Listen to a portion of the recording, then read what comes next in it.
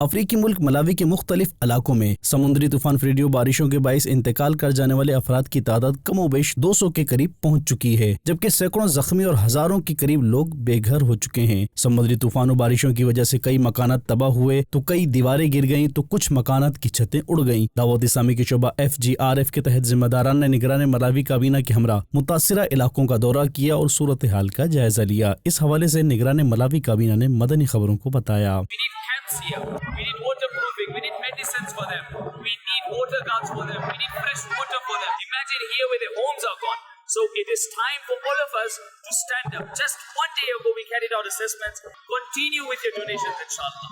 اپنوں کو خوش کر پاؤں گا دل میں جب یہ ہوتا ہے۔